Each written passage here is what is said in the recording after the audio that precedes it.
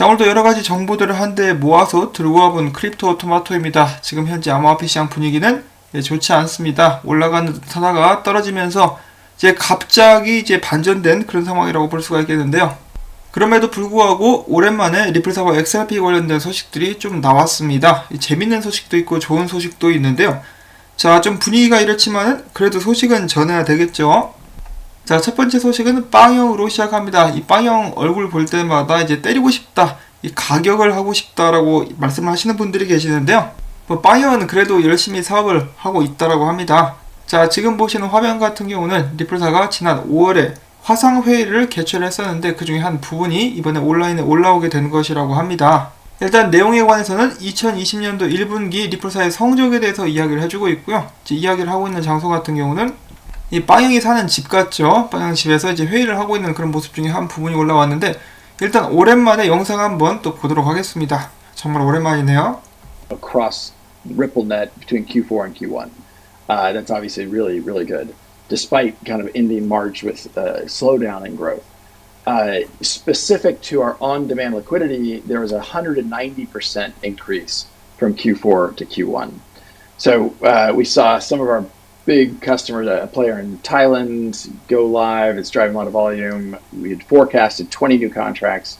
We ended up signing 28 new production contracts in the quarter. And so despite the dynamics of the pandemic, we were able to finish the quarter on a strong note. 자, 빵형이 이야기합니다. 리플사는 2020년도 1분기를 좋은 모멘텀, 상승하는 모멘텀과 함께 마무리할 수가 있었다. 이 관련 데이터 몇 개를 공유를 해보자면 2019년도 4분기에서 2020년도 1분기 이 사이에 리플넷 네트워크 거래량이 85% 정도 상승했었던 그런 모습을 보여주었는데 이 성장이 느려진 시장 상황을 봤을 때 이거 대비해서 굉장히 좋은 성적이다. 그리고 ODL 거래량 같은 경우는 전분기 대비해서 190% 증가했다. 자, 이번 분기에 태국에 있는 우리의 큰 고객이 리플넷을 사용하기 시작했고 분기 초반에 우리는 20개의 파트너십을 체결할 것으로 예상을 했었으나 그것을 넘어서 총 28군데의 프로덕트 컨트랙트를 체결할 수가 있었다.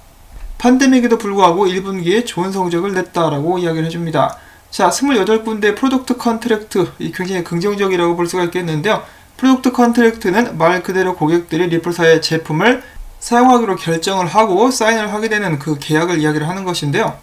2020년 1분기 좋은 한 분기를 보냈다라고 볼 수가 있겠습니다. 물론 XRP 가격은 오히려 하락을 했지만 말입니다. 자, 그리고 또한 빵형은 이런 말들도 덧붙였다라고 하는데요. 여러분들도 아시다시피 전세계 중앙은행들이 지금처럼 디지털 자산을 적극적으로 활용하려고 생각을 가진 때도 없었다. 이는 지속적으로 몇몇의 전세계 중앙은행들과 꾸준히 함께 이뤄온 리플사에게 좋은 일이다라는 발언과 함께 오늘날 전세계 경제는 비트코인을 비롯한 암호화폐 시장 전반이 강세 랠리를 시작하기 위한 최적의 상황을 나타내고 있다. 개인적으로 미국 정부의 양적 완화 경기 부양책은 향후 규모가 더 커질 것이라고 생각한다. 물론 경제적인 재앙을 막기 위해 필요한 절차지만 이는 통화가치 하락을 초래할 것이다. 2008년 금융위기 때 금 가격이 폭등했던 것처럼 이번엔 암호화폐 시장이 반사이익을 노리게 될 것이다 라고 예측을 하기도 했었습니다. 자, 미국의 경기 부양책 같은 경우는 지속적으로 이루어지고 있고요. 조만간에 이 시민들에게 저번엔 $1200 지원금을 줬었는데요. 이번에도 또 비슷한 식으로 지원금이 시민들에게 지급되지 않을까라고 이제 많은 사람들이 예상을 해보고 있습니다. 이미 미국 정부 같은 경우도 그것에 대해서 이야기를 하고 있는 그런 상태라고 하죠.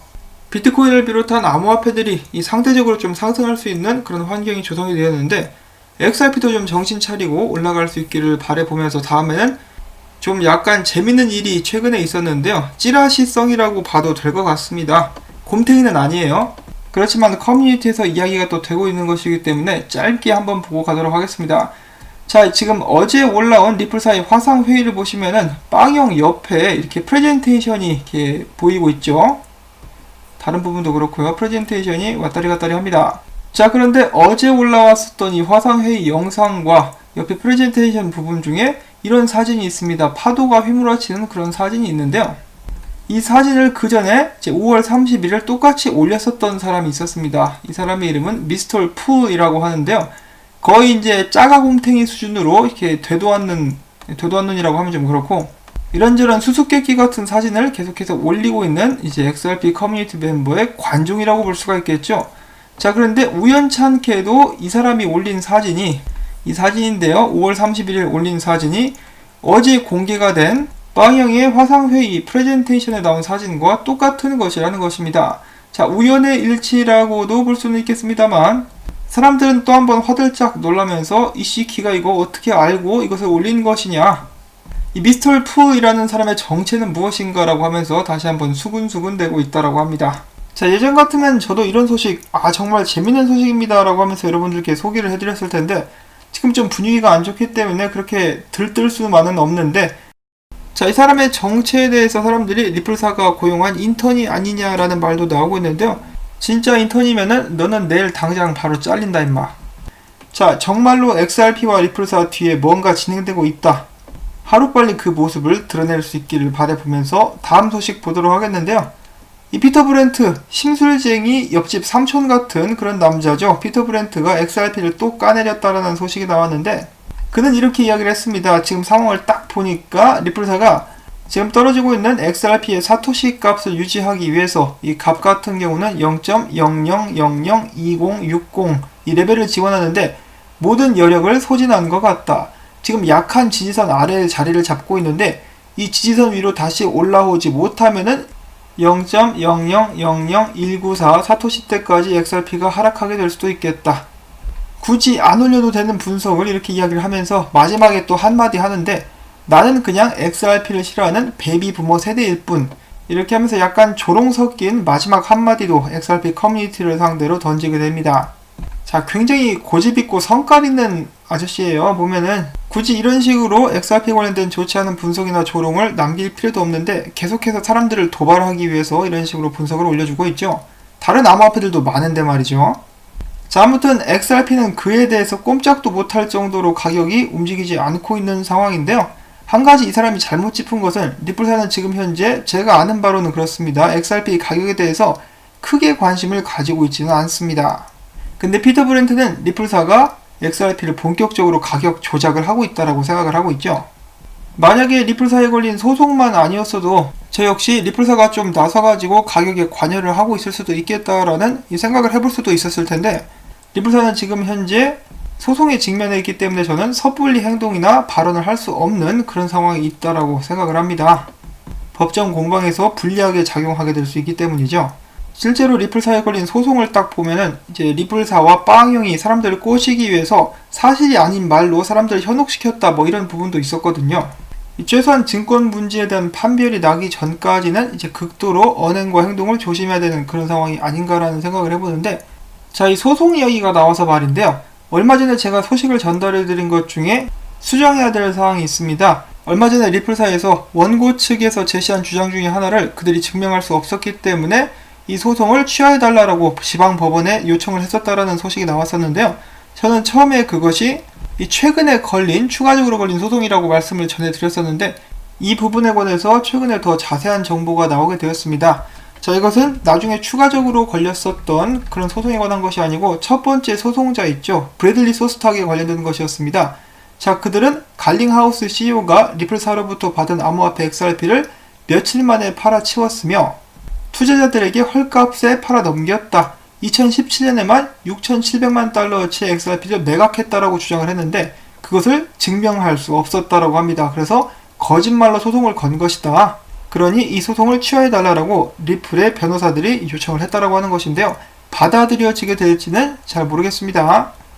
일단은 SEC가 나와가지고 XRP 증권 판별 여부를 이야기하기 전까지는 이런 식의 소송 및 논란은 지속되게 될 것이라고 저는 개인적으로 예상을 하고 있습니다.